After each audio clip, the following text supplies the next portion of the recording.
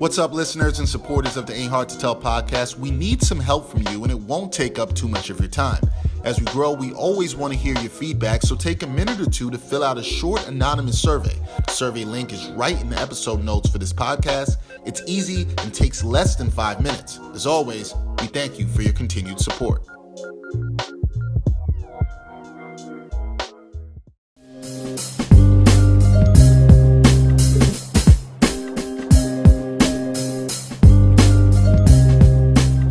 Hard to Tell podcast, episode 151. Dexter Henry, Brian Fonseca here. Brian, what's up, man? How you doing? Yo, you know what? For reasons that I didn't excitement over violence. I could just see it in your face. Excitement over violence. Here's the thing about this fight: Vasily Lomachenko and Teofimo. Oh, wait. See, I didn't even think you were going there. I thought you were going to talk about the wrestling. No, this is good excitement over violence. I didn't know where your excitement was going. No. This is acceptable excitement over violence. Time, let me just mention this before we really introduce the episode. At the time we're recording this, AJ Styles has introduced a man on Monday Night Raw. I can't pronounce his last name. I'm sorry, but I'm going to give it a shot. Jordan Omogbehin. Who's from Nigeria. He's his bodyguard. He's 7'3", 334 pounds. Yeah. But hold on. It is distracting. Hold on to the Matt people. Riddle's in the ring for him right now, and he's standing there in the suit. Before we started recording, you should have seen Brian's reaction. People who can't watch this or listening. Brian was like, who is that guy? Who is this big dude in the middle of the ring? And now he can't keep his attention focused off of the wrestling. Yo, after this podcast ends, because we've officially started, I'm going to send you a picture of this. Okay. Because I'm not understanding how ridiculous it is. And it's probably also because he's not like in ring gear. He's just in a gray suit with a turtleneck. You know what I mean? It's actually a nice suit. But like he's just standing there, and I'm just like, dude, this guy is huge. And here's the thing: we're the same age. We were clearly made differently. But you guys are not the same height or same weight. That is for sure. That is for sure. 7'3", 334. So shout out to Jordan, man. Hopefully he does well in the WWE. I mean, he's with AJ Styles, so that's a good starting point. Yeah, we'll see how he does. But the violence that Brian was getting excited about, we talked about heavily in our last episode, and we talked a lot of boxing. And I might have to say this. For boxing, the real might be back. We might have something real here. Brian and I, both fans of the sport, we talked about this fight in the last episode, the Teofimo Lopez, Vasily Lomachenko fight. We were both very excited for this fight. Brian's still looking at the wrestling. Cannot take his eyes away from the screen. Because my father walked past the screen and he's like, damn. Oh, damn. See, now I got to see what this guy looks like. Because now it seems like it's distracting. But we both were excited for this boxing match. And I don't know if I want to say, B, that it lived up to the hype or what we thought it was. I think for both of us as fans, whenever we see guys who are both talented and they actually make a fight and get in the ring, which is so rare in boxing, I know you're like me, we just want to see something good. We want to see a good fight. We want to see both fighters rise to the level of their talent. And I thought this fight did that. Now, maybe it didn't end the way some people wanted to, or you didn't see things play out exactly from the start the way you'd wanted to, and we'll get into that. But I thought it delivered in what we needed to. And if you've been living under a rock, you don't follow boxing for some reason, this was an upset. Vasily Lomachenko was favored in this fight, I think by many people. Myself, Brian, Ryan Sangalia, who was our last guest on our podcast, we all picked Vasily Lomachenko to win in a decision. That did not happen. There was a decision. And there was a ridiculous score by a judge. We'll get into that too. But it was to Teofimo Lopez, who won this bout, unanimous decision, won this. And look, I'm going to say, Ryan Sangalia said this on the last podcast, B. He said if Teofimo Lopez won this fight, boxing would have themselves a new star. And I think we all nodded in agreement and said, look, this would undoubtedly be the biggest win of his career. He would have unified brought all the lightweight belts together. He holds all of them now. He's the undisputed lightweight champion of the world. And he did this against a fighter who I am sort of a fan of, in Vasily Lomachenko. I As love am I. how Vasily fights, and I Yep. think he was a great champion. And this was a big test for him. And this young man, representing Brooklyn, because Yeah. we do everything great. That's important. Representing Brooklyn, and also shout out to his native folks in Honduras. Um, Came out from the start, and Brian and I were texting. Brian's tweeting through this fight. We were very impressed. Oh Very yeah. so. So let's I was start. giving it up on Twitter. Yeah, let's start there, Brian. When we look at this fight, um, and what we wanted to see, you and I both were. I know we were texting time. We're like, "Yo, Lopez came out here good, strong." We thought that there's a possibility he could have been overwhelmed by the moment. He might Yeah. try to do too much here, but that Yeah. wasn't the case. I was super impressed. Like the fight itself actually exceeded my expectations because, and I kind of said what I expected on the last episode. I had thought that he was going to get overly aggressive because this is a classic thing that we've seen. The young dude maybe is a little bit overconfident, maybe it's too much too soon, especially somebody who's 23 years old, and especially with somebody, excuse me, who went into the fight with a 15-0 record. That's just not a lot of professional experience before going into somebody like Vasily Lomachenko, who granted doesn't have as many professional fights either. However, he has the 400 amateur fights or so, and the 6 World Series of Boxing fights, which some people think it could count as his record, which would have made him 20-1 as opposed to 14-1. And the one loss he has was kind of BS. I mean, it was just an ugly fight. I think it was Orlando Salido who kind of roughed him up, and boxing judging not always the greatest, which we'll get to in a few. But I was actually like very surprised and impressed at the poise, just the poise that Teofimo Lopez had throughout the course of the fight. Like he wavered a little bit somewhere down the stretch. Like if we could just walk you through it real quick, he comes out in the beginning and it's like whatever. I figured, Vasily Lomachenko, because he's a slow starter, Yep. as I think Timothy Bradley probably mentioned on the broadcast, or Andre Ward. He's somebody that he likes to download information. He likes to just wait it out. Like Floyd Mayweather was kind of like this. Terrence Crawford is like this a lot, who we're going to see very soon, and I'll probably touch on that before we get into other stuff on this podcast. They like to just wait a couple of rounds and study the opponent, see what the tendencies are, whatever, because these are defensive-minded, just very smart fighters who, like to download this information and then pounce on you in round 3 or 4 and then really take over the fight from there. We didn't see that because Teofimo Lopez didn't really get overly aggressive at all. He just kind of kept his distance. He used his jab. The main thing for me was he was not neglecting the body. Super important when you're fighting somebody who moves around the way Vasily Lomachenko does, and very few people moved around the way he does. But when you're fighting somebody who just moves around and likes to use the ring, you have to hit him with body shots. Anytime that I fought a defensive fighter in fight night, you gotta chop down the wood Had to downstairs. come back to a video. Like game. that's Of course. That's just how it goes. You know what I mean? And in real life too, like because a lot of people headhunt, and it's just easier to evade punches to the head than punches to the body. It just is. So in order to let them get the moving target to be less of a moving target, Teofimo Lopez did that. And he stuck to it the whole night. I had the score 115-113. I had Lomachenko winning rounds 8 through 11, and I don't remember if the other one was 5 or 6. Admittedly, that was sort of a pick'em round that could have gone either way, which is why I thought 115-113 or 116-112 was optimal. Lomachenko waited too long, or maybe he was surprised at Teofimo Lopez's just constant and consistent attack and not getting overwhelmed, not leaving him a lot of opportunities for Vasily Lomachenko, an expert counterpuncher, to counter. And it looked like he just wanted to take the fight over at some point, but didn't really go for it until round 8. He definitely swept 8 through 11. But then Lopez in the 12th round, and I want you to talk about this as well. Yeah. In the 12th round, he really showed me like, oh no, I'm not just going to cruise to victory like the way Oscar De La Hoya tried to do against Felix Trinidad. I knew you were going to say that. And I don't care, because a lot of people say to this day that he lost. No, he did not win that fight. He fucking ran at the end. He didn't. Oh. He went. He ran. He ran. You know what I mean? Yeah.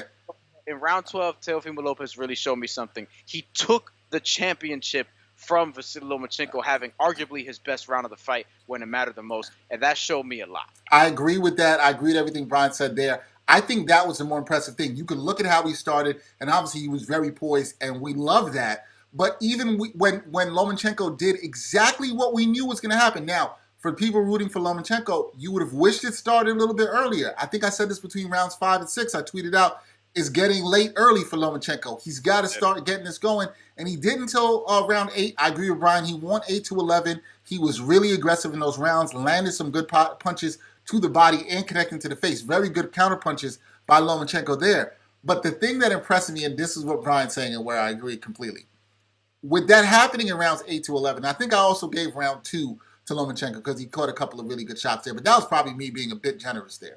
However, that being said, he dominates rounds 8 to 11, and that's where you could say, if you're in Lopez's corner, you might say, hey, look, man, we got this in hand. Just stay away. Couple jabs. You know what I'm saying? Get out of there. That sort of thing. And he was like, no. This, I'm going to show the heart of a champion. I'm going for it. I'm going to take it, as you just said, B. I'm going to take this round. And he did. He came out and did it. He matched and countermatched that energy that Lomachenko was giving in the previous 4 rounds. And he came out and said no. And he landed. And that's where he won it. Because I believe at that point, many people, including myself, I had it 6 rounds to 5. You know, Lomachenko wins that 12th round. I mean, anything is up in the air right there. I would have had it at a draw. I would have had it at a draw at that point, and I think that would have been fair. But that was the fight, and that's what it was made to be. And a champion steps up in the clutch. We laud people for stepping up in the clutch in other sports. And Lopez did that and looked good and looked in control and didn't look tired. This is a guy who's shown his power a lot. And he knew that he couldn't be reckless against Lomachenko. That's where you have to respect Lomachenko's fighting. He knew he couldn't be reckless. He was aggressive but measured. And that showed me somebody who knew how to adjust to the fighter he was fighting without getting too much off of his game and not trying to do too much. So for me, that was really impressive. The 12th round, I'm sitting there like, oh man, damn, Lomachenko's done. This is definitely Lopez's match, and he definitely got it. And look, if you don't know about Teofimo Lopez, and I was a little late on him because Brian put me onto him in the past year, this kid is good. This kid has beat a good champion. This is a star for the sport of boxing. This is somebody, if you've been kind of fringe on boxing, you should look for. Because if you kind of relate to boxing, you probably should have been watching Lomachenko the last couple of years because he was a great fighter and he's always 35 and getting up there in age. But this is a kid who is, let's talk about Lopez's age, 23, people. He is 23 and he is a lightweight champion in the world. He's got all the belts. He can absolutely move up and fight at a higher weight and will. And there's no reason for you to think that he can't do this. I haven't been this excited probably about somebody this young in the sport. Somebody disappointed me, which was Adrian Broner years ago. And that didn't go out the way I thought it was. I thought it was going to work out. But there's still reason to get excited. But here's the thing, B. This is what comes to the next question. We can talk about all this. We can talk about how excited we are about Lopez, how we think he should have this trajectory upwards and be better and better. But you and I always talk about this, right? Boxing sometimes gets in the way of boxing. And will they get in the way? We're talking about the real is back here. It looks like we've got some juice in boxing. But the thing we like about Lopez, and I know you like it too, he wants to fight the best people. He did not shy away from fighting Lomachenko. He has talked about wanting to fight other people. We also hope there's a rematch for this. I think Lopez will probably take another fight first before he does that. But I think we could definitely see a rematch. But he has wanted to fight the best guys. He hasn't run away from it. But boxing doesn't necessarily work like that. I'm not a big UFC guy, but we know this is in UFC where we see the best people fight the best people. Does boxing, and I asked this to Ryan, does boxing know what to do with a star? I asked him that. If Lopez wins, does boxing really know what to do with him? I'm kind of skeptical, man. I trust Bob Arum a little more than other promoters in that regard, even though he's in his 80s, I think. When you really think about it, been doing this for a while. What's that saying about the sport, you know? But I gotta give it to Teofimo Lopez also because leading up to this fight, he put down Richard Comey.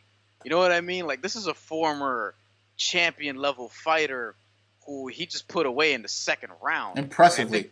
I think this was the last fight that I actually saw in person because this was December of last year at the Garden on the undercard of Terrence Crawford's fight that we touched on in the last podcast.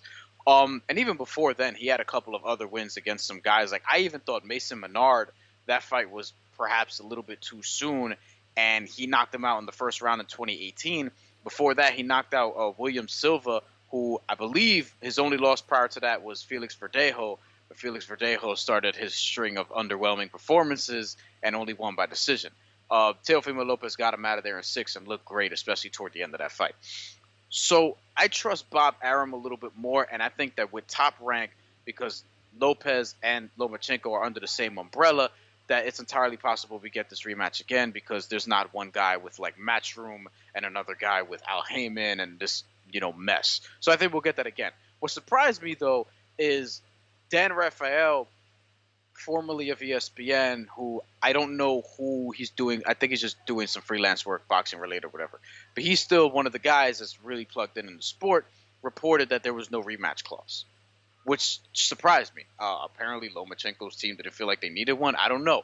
I do think that there's going to be a rematch at some point. To me, it's like if you're top ranked, yes, people are going to want to see this again. Lomachenko should want to do this again because, again, he is like 32, I think 33 years old soon. So he's going to want to be able to, cash in while he's still at the back end of his prime years, theoretically. Although I'm not sure he wins in a rematch either, because I think that Teofimo Lopez is going to continue to get better and better, because the beginning of his career has already suggested that. Now, I think that he's going to be able to reach a level of superstardom with Top Rank that he probably wouldn't elsewhere. Although you already alluded to, he already has all the belts in this weight class. I'm not really sure. I mean, he beat Lomachenko, so we'll see if Devin Haney is going to come into the fold, or I don't know how this. I think it's going to be Haney. That's going to be the talk for sure. Yeah, and it's like I don't know if like they're going to be able to make a Leo Santa Cruz, Gervonta Davis winner work out here, or whatever the case may be. I'm not sure if Teofimo Lopez already has aspirations to move up. He's 5'8". He's somebody who can round out and be a future welterweight, which will be down the line because he's still at lightweight right now. So I'm not sure, and we'll see. And look, I just want to touch on this: the Julie Letterman scorecard. Julie Letterman, she's had some other fights before where I'm just kind of like I don't know what she's watching. I can't really think of any off the top of my head, although she did do, and I'm looking through it now. She did do Miguel Cotto, Saddam Ali. Gave Saddam Ali the win there, which I don't feel was too debatable.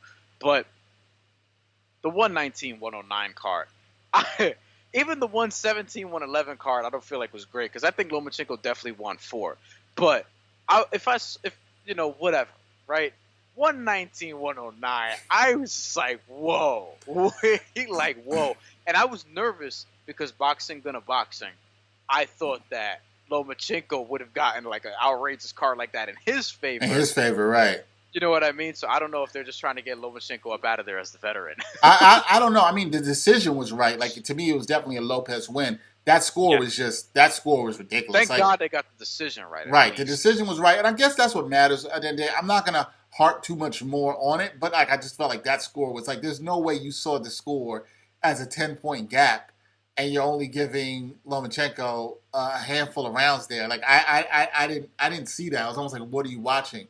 One of the things I'm intrigued about this, and there hasn't been numbers on this. I was actually just looking this up. Is the ratings haven't come out for this yet? This was on ESPN, not ESPN Plus. And Joe Tessitore said that that's a trend that's probably going to continue. Not probably, because he alluded to on the broadcast, like, oh. Wait, what's the trend? The trend is that there's going to be more fights like this on ESPN? On ESPN, yeah. Well, that's what he sort of alluded to on the broadcast. It's interesting because before the fight, Bob Arum didn't want to predict how many viewers he thought it would get. And he did say this, and this was a quote I got for him, is that if it doesn't get the number of viewers that I hope it gets, then television networks are not going to be emboldened to step up to the plate to show these type of events on regular television. Obviously, this was on ESPN, paid cable, not pay-per-view. But I think there's been a lot of talk with how events in the past, we've seen the PBC on the regular networks, and that hasn't really done that well.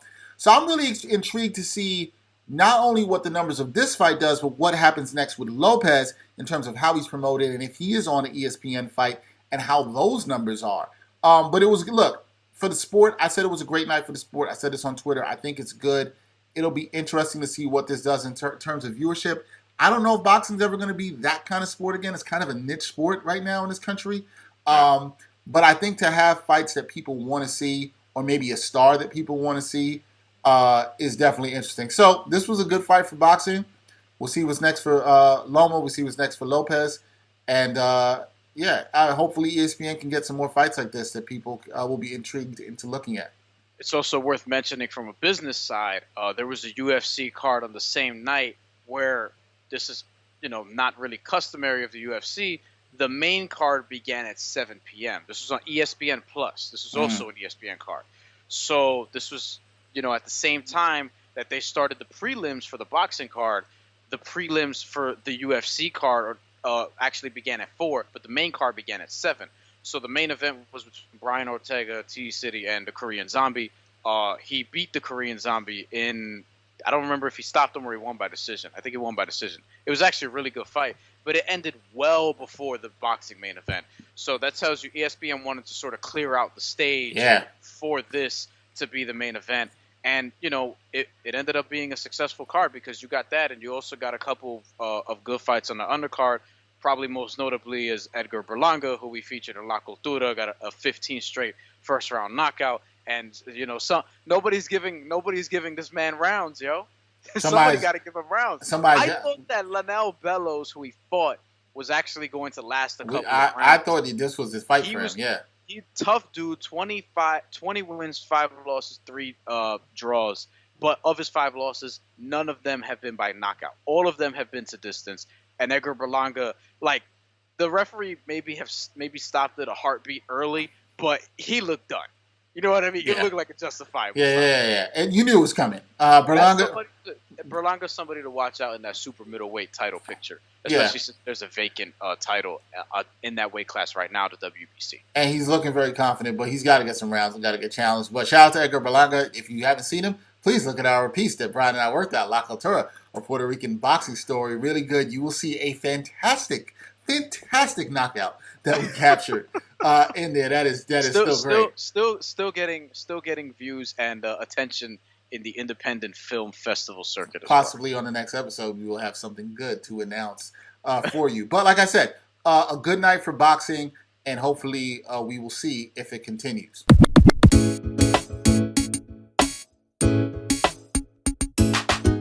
The Sports Walk is back. Watch Season 3 of Backpack Broadcasting's original web series that brings you the opinions of real sports fans. The first 2 seasons and current season are available now for viewing on the Sports Walk YouTube channel and Facebook page. Check out the 2017 NYC WebFest official selection and see what other sports fans have to say on the hottest issues in sports today. It's easy. Just take the Sports Walk.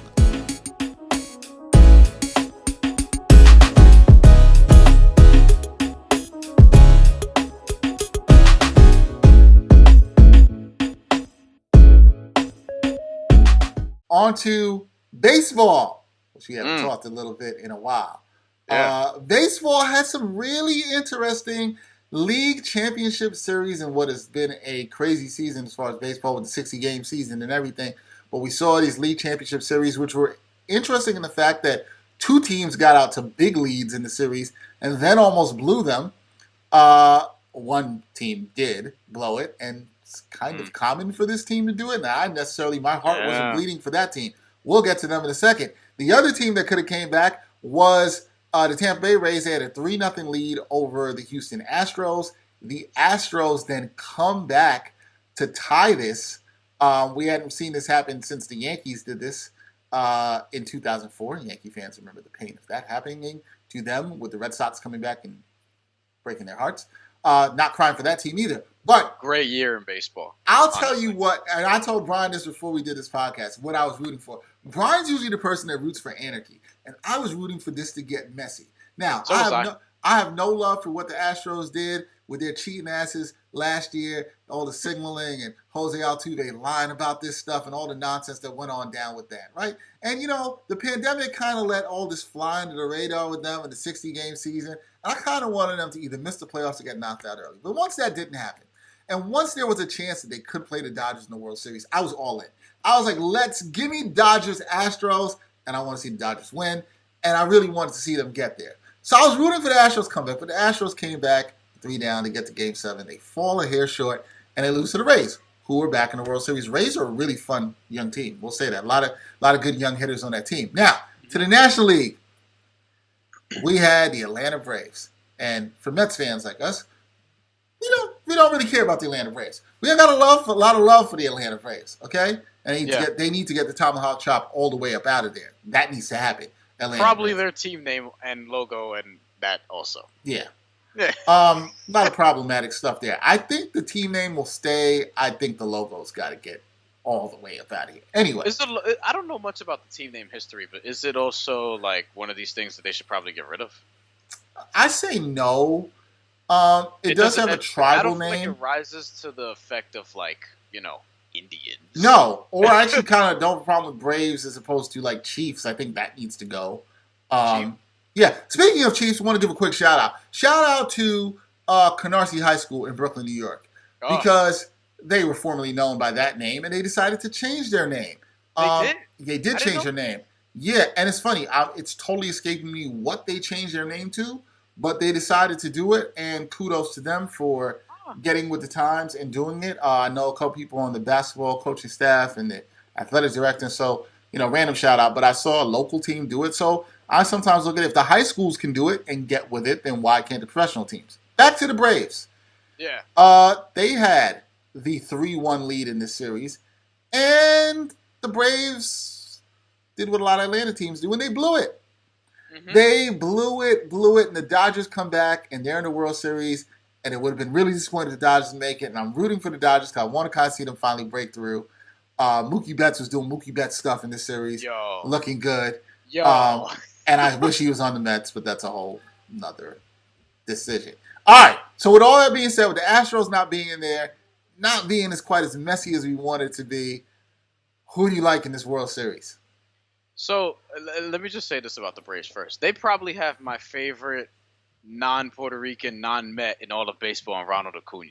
I love watching that dude play. Yeah. I wish the Mets had him. Honestly, I wish the Mets could just like take him and put him in the outfield for them. Ozzy Albies too is somebody I really like as well. But I think that Tampa's gonna win. I don't trust the Dodgers at all. Clayton Kershaw, like I don't want to get on the dude for who continuously struggles in the Yeah, I do. But I don't want to get on the dude who it just seems so easy to just get on him because he sucks in the postseason compared to like what he actually does in the regular season, where it's just two total polar opposites if you look at the numbers. But for me, it's like I just don't trust that pitching staff as a whole, starting with him in particular. I love Mookie Betts, so I would like to see him get a ring. I wanted the Mets to try to get in that market. Obviously, they weren't going to, but now with new ownership, I'm hoping that we can do Ahmed Rosario and who was the other guy for Francisco Lindor that I mentioned? Remember you sent me the trade the other day, and I was like, "Yep, I'll do." Oh, Syndergaard. You said Syndergaard. I do it. I was like, I'll do it. I'll do it. Well, we can get to that another time. But yeah, I'm actually looking forward to it. Like the baseball playoffs have been exciting. I'm glad that they've sort of mitigated the virus, I guess, at least as far as the league goes, and have been able to, finish the season. It looks like we're going to finish the season. The NFL is going through some of the stuff that baseball was going through before, although it's worse because it seems a little more cloudy and there's more players there. But baseball, look, props to them for actually, because I didn't think they were going to finish the season when it got really ugly, probably like early on or midway through. Like the Cardinals had a breakout, the Marlins had a breakout, the Marlins who rebounded from that and then managed to not only get to the playoffs but win a series against the Cubs, and then obviously lost to the Atlanta Braves. But I think that the baseball playoffs have just been good in general, so I'm having a fun time watching it. But I definitely think that Tampa Bay's winning this. They just play very well. I like the way I just like, you know what I mean? I would just like to see Tampa win also because it's Tampa. Like the Dodgers, at the Lakers just won a World Series. Like I just don't like. You don't want LA to have two champions in their team? You know what I mean? I'm cool on that. And also, like, being the Mets fan that I am, it's like when you get another American League East team in the World Series that isn't the Yankees, you want that team to win. You just do. You know what I mean? Like the Dodgers I have a little soft spot for. I always kind of have them as like a second team I've always liked. They got the Brooklyn connection. I don't dislike So here's my thing on Kershaw, because I'm glad you brought that up. I don't care for Dodgers fans, though. I'll say that much. Yeah, they show up to the games late. It's LA thing. Miami does that too. That's a whole other story. Um, or they don't show up to the games at all, like for the Marlins. My thing with Kershaw is Kershaw's too good to be this bad this long in the postseason. And I remember another player who was so bad in the postseason that was clearly great in the regular season, and that was Barry Bonds. And then in Oh, I thought 2003, you were gonna say Peyton Manning. oh no, I wasn't going to go there. I was Who keeping wasn't? it. He wasn't that bad. I don't know. I I gotta thought think. Peyton Manning got overblown about how bad he was in the postseason. He kind of ran up into some bad situations and didn't always have great defenses, so I didn't understand why it always got That's put the on thing. him. Football's much less of an individual Yeah, sport than being a major league pitcher, right. or in the case of Barry Bonds, somebody. I Yeah. mean, you have the at bats. You know what I mean? So Barry Bonds had this and got tormented, and then in 2003 he had a breakout postseason. Another guy I remember doing this too was Alex Rodriguez. That was what year was that? That was 2009, 2009, or that was the year that the the last Yankees won the one, series. 2009. Right. He had a Okay. he had a great postseason, Yeah. fantastic postseason. Yeah. You can't be great that long and just stay down. It's gonna click at one point. And I think for Kershaw, who hasn't been that great this postseason, this might be it for him in the World Series. I have a funny feeling about it. This is the World Series. He puts it together. He needs to have two dominant games against a pretty tough lineup who's very scrappy. But I think he's got to figure it out. He's too good to not figure this out. Like, again, saw this happen for Rodriguez. He needs this to be what was for A-Rod in '09.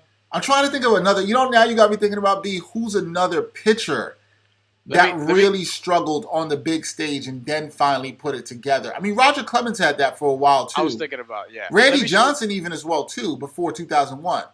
Let me shoot Kershaw some bail too. I believe it was Game 6 when he got lit up at the end.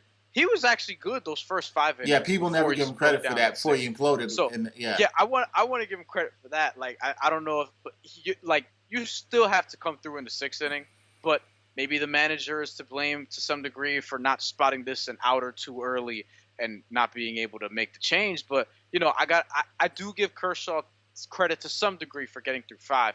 However, if you are Clayton Kershaw, and he is in fact Clayton Kershaw, I would expect you to not just take me through 5 in the playoffs. I want you to get me through 7. I hope he. Look. I hope he can put it together. I just be mindful because and it's funny. Even in that year, A-Rod obviously won the championship. Barry Bonds didn't that year. They ended up losing to the Angels in 7, and it wasn't his fault because he was fantastic.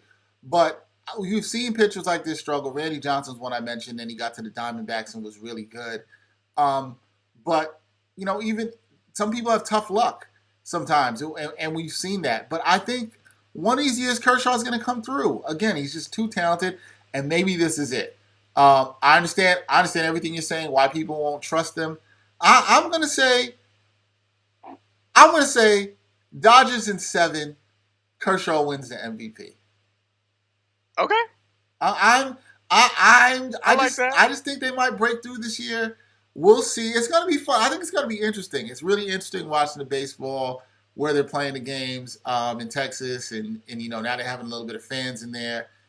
Pretty spread out. Looks pretty decent from what they've been doing, from what I've seen. So we'll see. Dodgers in 7. Go Dodgers. Because what else I have to root for? Can't root for the Mets. Yeah, I mean, it's unfortunate because I thought that they could have actually gone to the playoffs and did some stuff. I'm gonna go Rays in 7 because part of me just thinks that this is gonna be a 7-game series either way. I feel like these teams are just evenly matched to that degree. So I'm gonna say Rays in 7, but I do think Kershaw has at least one good World Series game. He can't just keep sort of imploding at some point in the game, even though he has a history of this. I don't want to see Clayton Kershaw just continue to struggle. Although, I mean, it would be a little bit funny. I'm gonna go G-Man Choi for MVP. Why not? I will say for Kershaw, and don't put a bone in it, I would say this is a pretty. I don't like putting the pressure, but this is kind of a big moment in his career. Absolutely. If he delivers in the World Series, most people forget what he did in these previous couple of rounds. Nobody's gonna care. If he comes up big in the World Series and does what I predicted and gets the MVP and all that stuff, he'll have come through and it'll be great and nobody will talk about us anymore. He's just too good. He's a Hall of Famer, and I don't want to see this spot in his record. Look, Peyton Manning eventually came through. You mentioned that before in football. It's gonna happen. Basketball always feels like it's a little bit different of a story. Yo, Because we actually on a broader level we did this to LeBron James until he ended up winning his first ring. yeah, and people Granted, right. he wasn't that bad. Before that, other than he obviously 2011. he had the one big finals, but like in his years with Cleveland, we kind of just saw it as. I mean, now looking back at it, we all see it as like he was just carrying, Shannon Brown, Damian Jones, Sasha Pavlovich. You know what I mean? He had Ben Wallace at one point or whatever. But for the most part, we kind of just look at that now and be like he was playing on an island or whatever or by himself. Like back then, I remember us being critical of him. Like, all right, this team is finishing first in the Eastern Conference. Why are they losing in the second or third round? I mean, he got to the finals once, whatever. And then that just sort of got to a whole nother level when he ended up going with the Miami Heat and losing to my guy, J.J. Barea. So. Your guy, J.J. Barea. Well, we'll see if Clayton Kershaw comes through because now's the time. Otherwise, it's going to get real hot in L.A. next season. I mean, we thought it was going to be hot this season. Remember, this is the Dodgers team. This is their third time in the World Series in 4 years. Mets fans would love to have that. We'd love it if we got 3 World Series appearances in 4 years. But I was ecstatic that we got 2015 and then made the playoffs again in 2016, even though Jerry's Familia blew the game at the end. Yeah. So what are you gonna do? All right. Got time Trade to come. Francisco Lindor. That's what we're gonna do. Time to come through, Clayton Kershaw. Time to come through. One time for your mind, one time. One time for your mind, one time. One time for your mind. This week we're talking a little hip hop, and we're happy because the top 5 albums a year. You know we do this every year where we look at the best stuff in hip hop. Brian and I have been talking, and we're saying it's getting a little crowded for us. I talked about months ago on this podcast how I said, yo, B, it's been kind of a weak year in hip hop.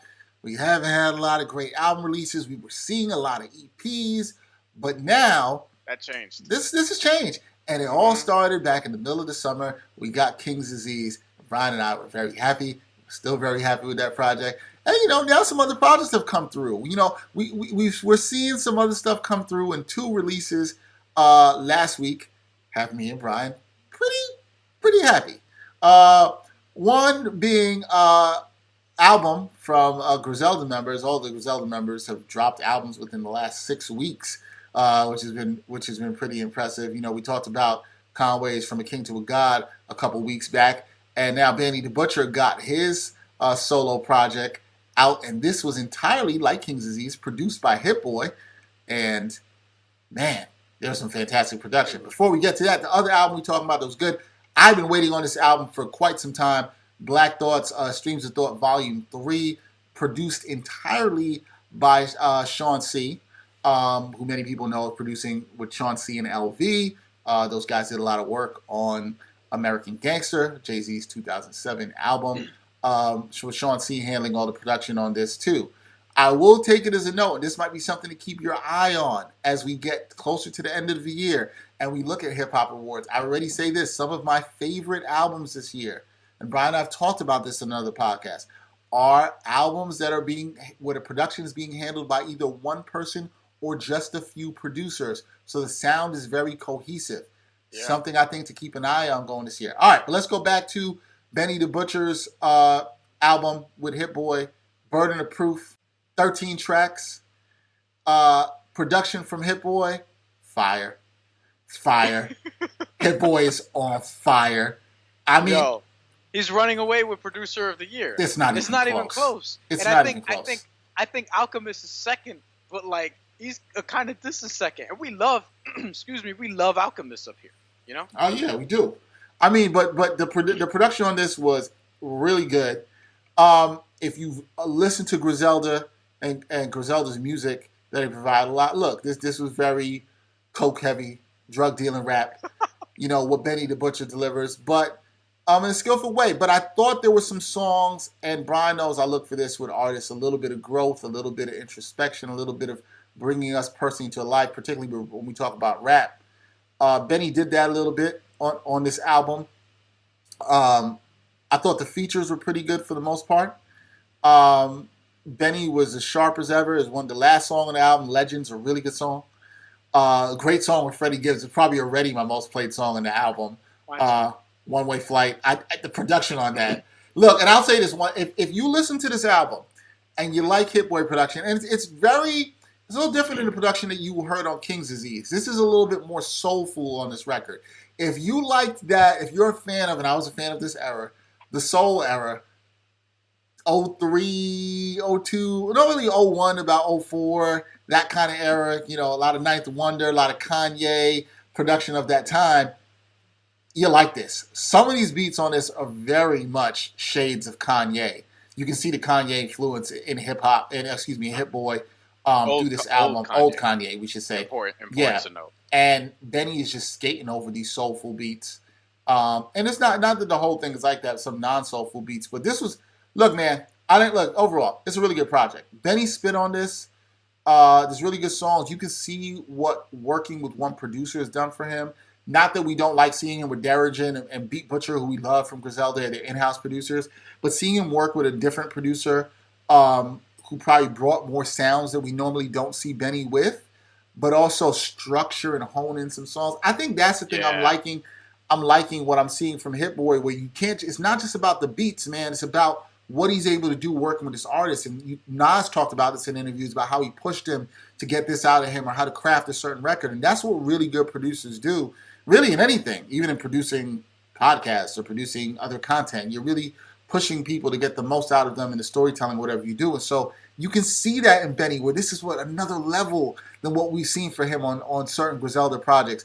And I was very impressed. I mean, it makes you be like, I can appreciate what he's doing with another sound. He and Hit Boy seem to have very good chemistry in the way we saw your boy Freddie Gibbs have it with Alchemist, and previously last year. Obviously, we know the chemistry that he has with Madlib, and it's in that similar vein. I think this is going to be up there as one of the albums of the year that people are going to talk about for sure. Yeah, it's up there for me. I mean, I don't know where yet. I'm still sort of figuring that out. And, I feel like my list is going to change. But right now, I have a top 10. We usually do top 5. We've already talked about, I went to you recently, and I was like, yo, we might need to do 10. Which also means we might need to do two separate episodes if we do that. Because 10 albums is kind of a lot. But it's tough. We'll see. We might do that. Top 5 is going to be really tough. But, we can stretch it out and make a couple episodes out of it. So who knows? But anyway, starting with the first track, Burden of Proof. I love the intro. I actually kind of wish he rapped on the first version of that beat a little bit more. Yeah. And you know what I mean? Yeah. I love the way that sounded. He only gave you a couple bars toward the end. I'm not going to go all track by track, but I'm just going to briefly go through. Like, Rick Ross was on the second joint. I could do without the Rick Ross feature. I know people get excited about Rick Ross being on joints. Like with Scotty Beam, for example. Didn't really do a ton for me on that. Didn't really do a ton for me on this. Like, I like Rick Ross generally, but I know what I'm getting, and I don't feel like it's just adding a lot to the record. I think this is one of the weaker tracks Benny, on the album, for sure. Like if I'm getting Rappity Rap Benny, Rappity Rap Freddie, I kind of just want some Rappity Rap shit. Rick Ross doesn't really give you Rappity Rap shit. He, like I told you over the phone, he kind of gives you shirt off with cherries, women feeding him or whatever, being by the pool. Talking about how he just got off a speed race with somebody. He was chilling on a yacht here, and he was doing this, and you know what I mean? Versace draws and the whole thing. Like, I know what it is with Rick Ross. And with Benny, it's like, Coke. Well, it sounds like you know what it is with Benny, too. Yeah, you know what I mean? Like, it's just too... But, like, the Coke bars are going to be very intricate. And I want to say this, too. Benny, and I talked to you about this when we were talking about this, I think, when it first came out. Like, it wasn't just a lot of Coke bars for me, because it was also like just being happy that he's here, and at the same time being able to prove like, yo, I'm here and I'm just as good as whomever, and just being creative about doing songs in that realm as well. So I feel like there was a little bit less of what we known from him as Griselda, and a little bit more of just maybe confidence. I don't know if that's the right word for it, because he's always been confident to me, but just a little more of that. I think it's growth. I think it's growth and experience and digging deeper into his stories. I saw that. Yeah, so Sly Green is a beat that I love. It's really good. One Way Flight, Famous is one of the best songs on here. Timeless, that's the best Lil Wayne sounded in a long time. Wow, Lil Wayne's verse on that is crazy. He had the best verse on the song. No disrespect to Big Sean or Benny, who I thought also had good verses. Yeah, but but Lil Wayne stole the show in that. Lil Wayne That has might be one the of best verse on the album.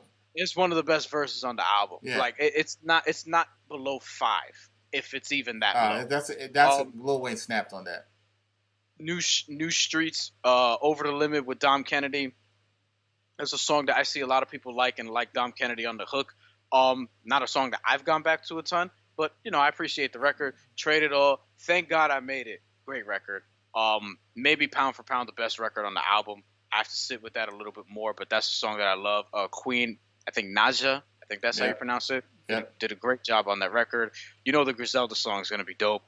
With him, West Side Gun, Conway, Warpaint, and then Legend, I think, is my favorite song on the album so far. I would say that either that or Thank God I Made It is probably the best song on the album. As far as like rating goes, like my first inclination right away, kind of like with Conway, is like this is probably 8 out of 5. I mean 8 and a half. Stop messing up your fractions, man. Yeah, word. 8 out of 5 would be really, that's like Illmatic level, Word. But 8.5 out of 10, 8.5 is what I meant to say. Sorry, 8.5 out of 10 is my first sort of inclination. I felt the same way about Conway's project. Similar about King's Disease, or like between 8 and 8.5, because I feel like this is a touch better than an 8. You know what I mean? Like I feel like 8 is like. You want to go 8 1/4? You know what I mean? I feel like it's somewhere along the lines, but I don't know how it stacks up against some of the other albums. But I was really happy with it. It was as good as I expected it to be, because my expectations were high, and they were higher after I heard what Hit Boy did with Nas, and that's freaking Nas. So I was like, all right, let's see what he could do with Benny, who is arguably the best rapper rapping right now, as far as the wave of artists that we're hearing from on a consistent basis. Yeah, no, this is a good project. I'm very impressed with it. I'm very impressed with Hit Boy as a producer. His range and what he could produce. That's the thing. He has a lot of range as a producer. So I've really become a fan of him. Like the range of what I thought he could do is just grown tremendously. So that's great to see. All right, so we got that one album we both like, but another album that dropped the same day, Black Thought, Streams of Thought, Volume 3, Cain and Abel. As I said, entirely produced by Sean C. And this got delayed after Malik B's passing with The Roots. And it got delayed. We didn't know it was coming out. The Black Thought said it was coming out. And look, Black Thought did Black Thought things. If you know me, you know I love The Roots.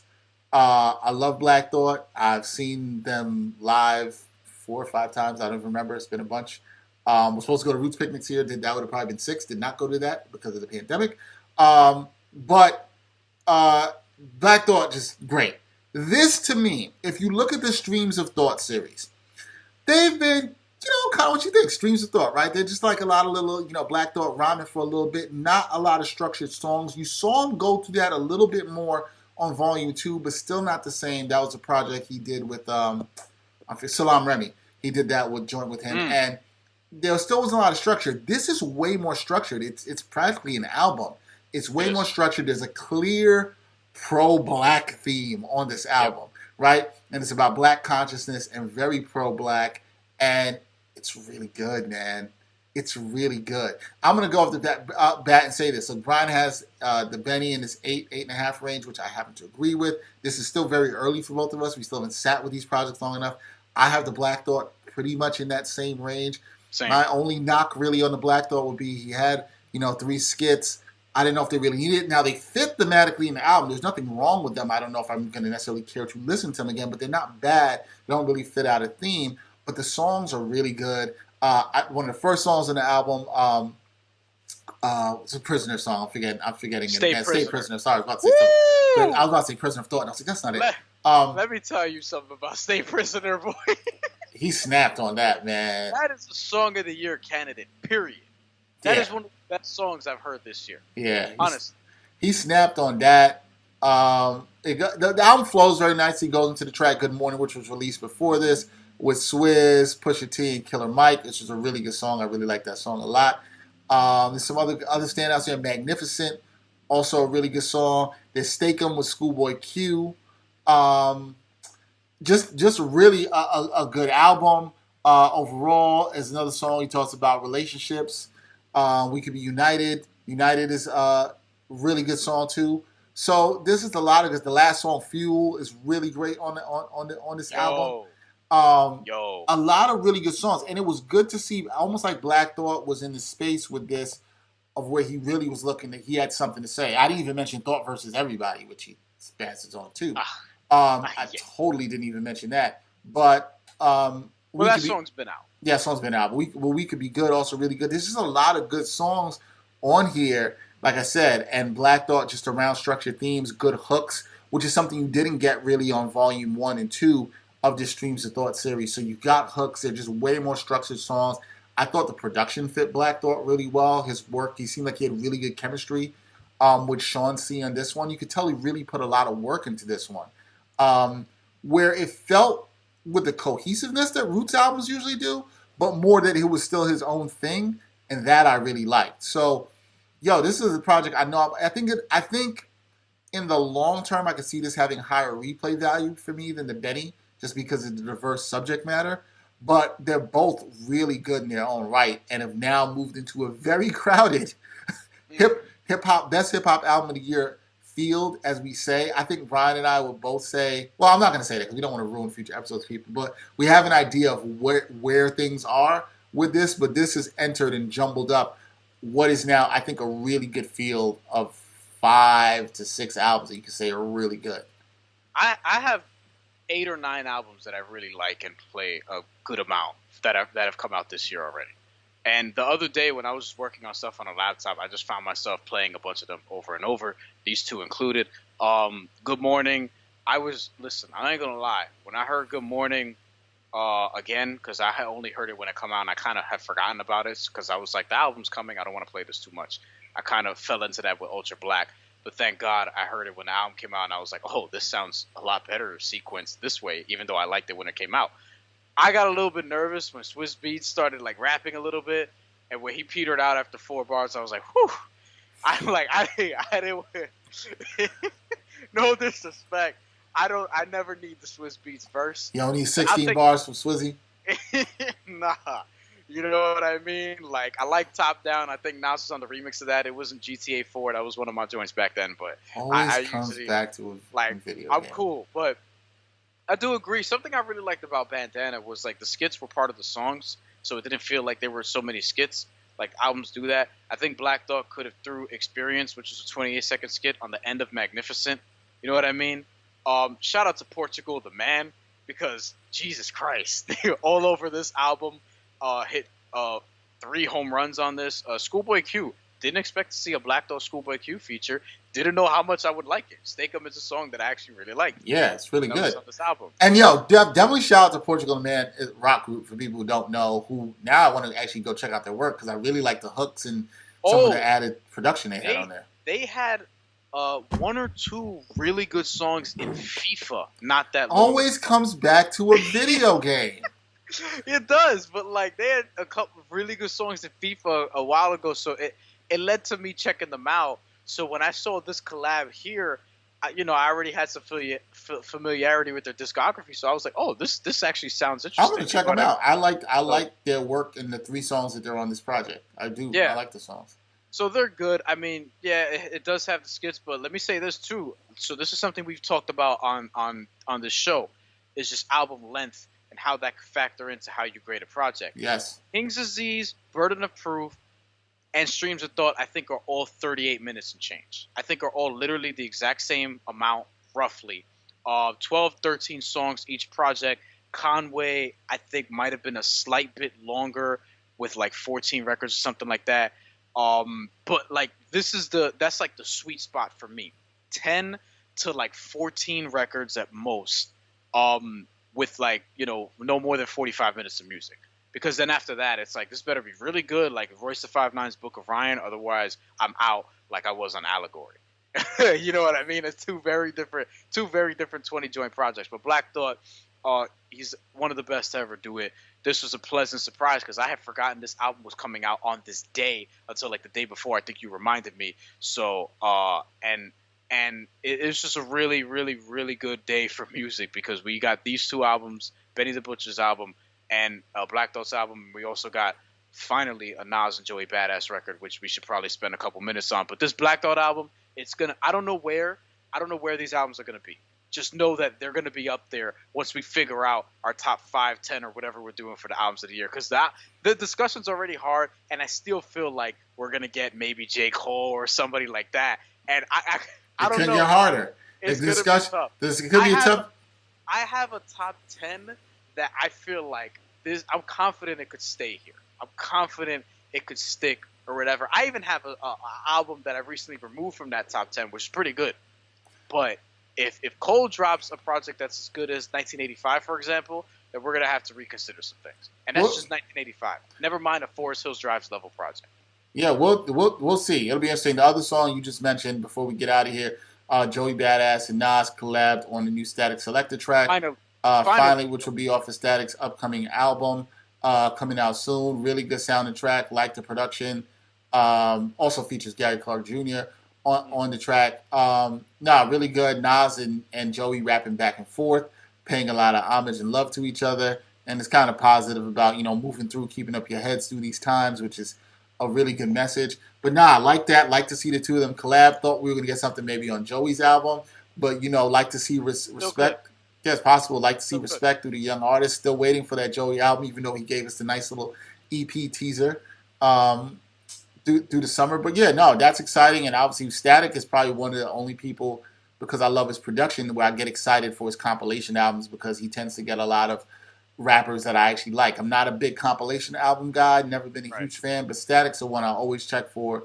I like his production, and he usually gets at least a good handful of artists that I like, or will introduce me into some artists that I may not have known of to get into people. I mean, Static albums how I got into Logic, so and quite a couple other people. So you never know. I actually think that was even my introduction to like Griselda too. So you never know who you get sometimes for these compilation albums, who might stand out. So it's been good. Look, it's a good time for hip hop, man. It feels like real albums, and you talked about cohesive albums are coming back. Like it feels like the real is coming back. Let me say this about the Nas Joey Badass joint, because this is like I told you, there's a list of collaborations that I feel like Nas has to give us, especially now that I feel like it seems well, as hip hop fans, you know what I'm saying. But there's like, he's been around for a long time, and I still want to hear, certain collaborations. Joey Badass was at the top of that list, and this one delivered. I actually was very pleasantly surprised when I was like, wait, I was listening to the song, Joey Badass gives you the 8, and then the verse stops, and then Nas jumps in, and then I'm like, oh, they're going back and forth. Like, I was like, oh shit, you know what I mean? And then the end of each of their, like, ostensibly it was a 16 each that was broken up 8 8 8 8, so it was a 32 bar record with the hook at the end. And I was like, oh, they didn't half-ass this either, because like these are dope verses, and it was just great to hear both of them on a song together. I texted you, I was like, man, I could do 5 to 7 of these for an EP, honestly, produced by the Static, do the whole thing. But yeah, I'm actually looking forward to whatever Static Selector's got also, because he'll get Sky Zoo, Action Bronson, Royce the 5'9", who I'm not sure I want to hear from that badly right now. Black Thought, and that Royce the 5'9" thing was for other reasons, but not for his music. Not for his music. Yeah, not for his music. But like that's gonna be a solid project, I'm sure, and I'm gonna pick out some favorites for them. But I'm glad. Look, that was probably the song that I played the most out of all the songs I heard that day, probably because it came out just as a song as opposed to everything else being an album. But that song, I replayed it a lot. It just has a really good sound. Static Selector, like that's my kind of hip hop instrumental. I feel like Sky Zoo would kill that. Somebody in that sort of ballpark. I can hear him on that. Yeah. I actually think that all of Griselda would have done, something special to that beat as well. But, I'm glad Nas and Joey Badass did that. And, it sounds like we're going to hear more from both of them, because, again, we talked about J. Cole, and it's possible that Kendrick's album got pushed back. Well, I don't know what pushback means. Does that mean till next year, or does that mean till December? But Joey Badass is someone who could drop an album this year. And if you remember, he had my album of the year for 2017, All American Badass, which I think is a definitive classic hip hop album. So. All right, we'll see. Hopefully we get some more good projects. That's it for this episode of the Ain't Hard to Tell podcast, episode 151. Continue to support us rate, leave a review on wherever you listen to podcasts. Check out our Patreon. Please continue to follow us on our social media platforms at AHTT Podcast. For Brian Fonseca, I'm Dexter Henry. Until next time, y'all. Peace.